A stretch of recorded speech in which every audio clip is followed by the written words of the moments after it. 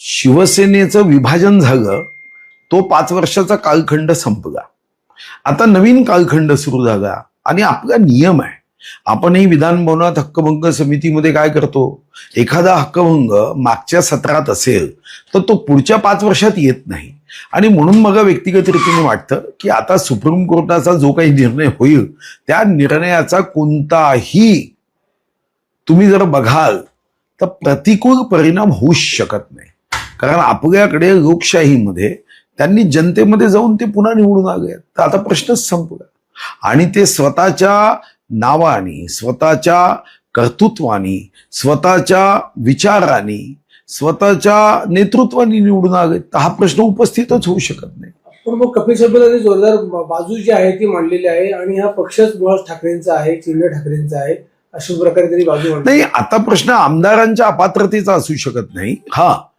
भविष्यामध्ये अशा विषयांवर काय साधारणतः SOP असावा यासाठी सुप्रीम कोर्ट निर्णय देऊ शकेल की या कायद्यामध्ये अजून काही बदल केले पाहिजे किंवा कायद्याच्या प्रोसेसमध्ये काही गोष्टी केल्या पाहिजे, असं साधारणतः सुप्रीम कोर्ट मत व्यक्त करू शकेल असं मी सुद्धा LLB आहे.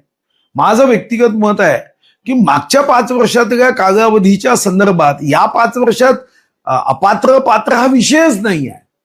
आता प्रश्न राहिला, चिन्ह कोण देतं? सुप्रीम कोर्ट देत नाही. चिन्ह निवडणूक आयोग देतं. आता निवडणूक आयोगाने चिन्ह दिलं, आता ती सुद्धा एक ऑटोनॉमसच आहे ना, ती स्वायत्त आहे.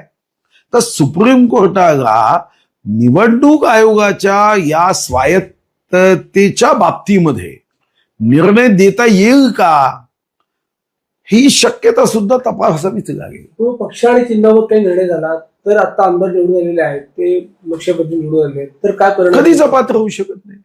त्याचा काय संबंध आहे? गाय वासरू चिन्ह होतं, मग गाय वासरू गेलं पंजाब, त्याच्यामुळे त्यांच्या आमदार खासदारावर थोडी काही परिणाम झाला की नाही. आता एका राज्यामध्ये गाय वासरूवर ते राज्य आलं, दुसरं राज्य पंजाच्या निवडणुकीत आलेत म्हणून ते गाय वासरू वगैरे राज्य संपवलं थोडी काही. त्यामुळे हा दूर नाही. हे बातम्यांसाठी ठीक आहे, कधी कधी बातम्या पावसांमध्ये फार येत नाही आणि मग अशा बातम्या चालवल्या जातात सूत्राच्या माध्यमातून वगैरे. याच्यात थोडं जरी डोकं असेल तर असे प्रश्नच उपस्थित होत नाही की तुम्ही मागच्या 5 वर्षामध्ये ज्या काही घटना आहेत त्याच्या संदर्भात आज निर्णय देऊ शकता. असा अधिकारच नाही, संविधान असा अधिकार देत नाही तुम्हाला.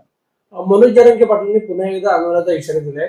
मुख्यमंत्र्यांमध्ये त्यांनी आरोप केले की आपल्याला दिलेलं आश्वासन पाळलं नाही. मला वाटतं की संवादातून समाधानाकडे गेलं पाहिजे, संवाद केला पाहिजे, गुणवत्तेवर निर्णय झाले पाहिजे.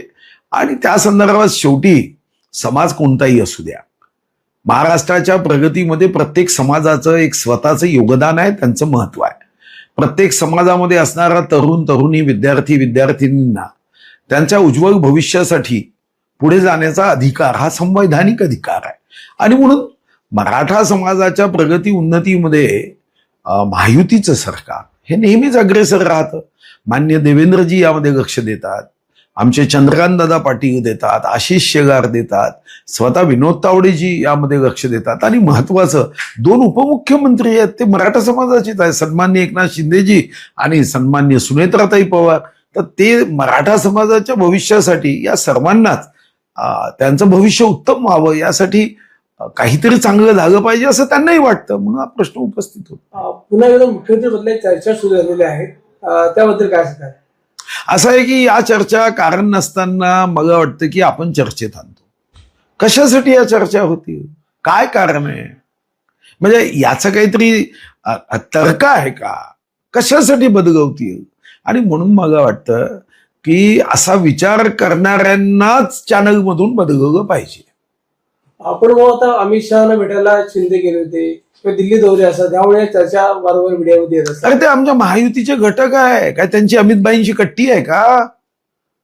भेटणं म्हणजे उद्या भेटलं तर फक्त पदासाठीच भेटलं जातं, एवढा संकुचित विचार कसा होऊ शकतो? एकनाथ शिंदे साहेब यांच्यावर अमितभाईंचं प्रेम आहे.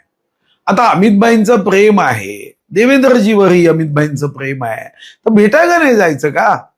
आता असं आहे का की भेटायला गेलं की बिलकुल मुख्यमंत्री पदच चर्चेत येतं? 100 प्रश्न असतात राज्याचे.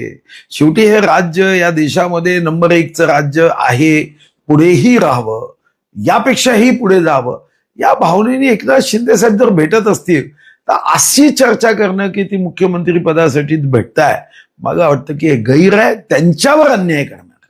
भाई शेवटचा प्रश्न, आता तुम्ही अर्थमंत्री झालेले आहात, लाडकी बहीण योजना राज्यात सुरू आहे, मुख्यमंत्री महोदयाने आणली, तर याबाबत काही वगळले गेले नावं, काही नावं वगळली गेली, त्याबाबत विरोधकांचे आक्षेप आहेत, नाराज आहेत, ते काय सांगतात? नाही, मला स्वतःला वाटतं पुन्हा एकदा EKYC करावी. जे लाभार्थी योग्य आहे त्यांना तर लाडकी बहीण योजना दिलीच पाहिजे. तुम्ही बाकी सर्व ठिकाणी पैसे खर्च करता ना. म्हणजे साधारणतः मागच्या वर्षात आणि या वर्षात आम्ही कर्मचाऱ्यांसाठी 50,000 कोटीची वाढ केली, त्यांची केली पाहिजे. पण महाराष्ट्रामध्ये जगणाऱ्या आमच्या लाडक्या बहिणींच्यासाठी तुमच्याकडे पैसे नाही, असं कसं म्हणता येईल? काही EKYC मध्ये काही जण बाद झाली, पात्र असतानाही त्यांना EKYC मधून बाद केले गेले, असे काही उदाहरण आहेत. तर परत ती EKYC ओपन व्हायला हवी. तर मी तर सांगितलं ना की पुन्हा एकदा EKYC मध्ये असे जे पात्र आमच्या बहिणी आहे लाडक्या, त्यांना पुन्हा EKYC ची मुदत वाढवून दिली पाहिजे. आणि मला जी माहिती आहे, आमच्या भगिनी आदितीताई तटकरेंनी सुद्धा ही मागणी केली आहे. भाऊ, तुम्ही अर्थमंत्री राहिलेले आहात, मंत्रिमंडळ विस्तारित चर्चा होते, केंद्राच्या अधिवेशनानंतर हा विस्तार होऊ शकतो असं म्हटलं जातं. तुमच्याही नावाची चर्चा आहे, काय सांगा? नाही, असं आहे की ईश्वर तुमचं कल्याण करो. फक्त नावाची चर्चाच का ठेवता तुम्ही? चांगलं करू द्या ना, अडचण काय? चर्चेतच ठेवा नुसतं. तुम्हाला कोणत्या खात्याची इच्छा आहे मंत्रिमंडळ? मी कधी खाती पाहत नाही. असं आहे, आम्ही पदासाठी कधीच राजकारणात काम केलं नाही. वयाच्या 4थ्या वर्षीपासून आम्ही जी प्रार्थना सुरू केली, नमो मातृभूमी जिथे जन्मभूमी, नमो आर्यभूमी जिथे वाढभूमी, नमो पुण्यभूमी जियेचाच कामी, पडो देह माझा सदा तीन मे. 4थ्या वर्षीपासून आम्ही प्रार्थना म्हणतो. तर काय पदासाठी करतो का? पद येतील आणि जातील. जी भूमिका आपल्या वाट्याला आली त्या भूमिकेला पूर्ण शक्तीने न्याय देण्याचा प्रयत्न करतो.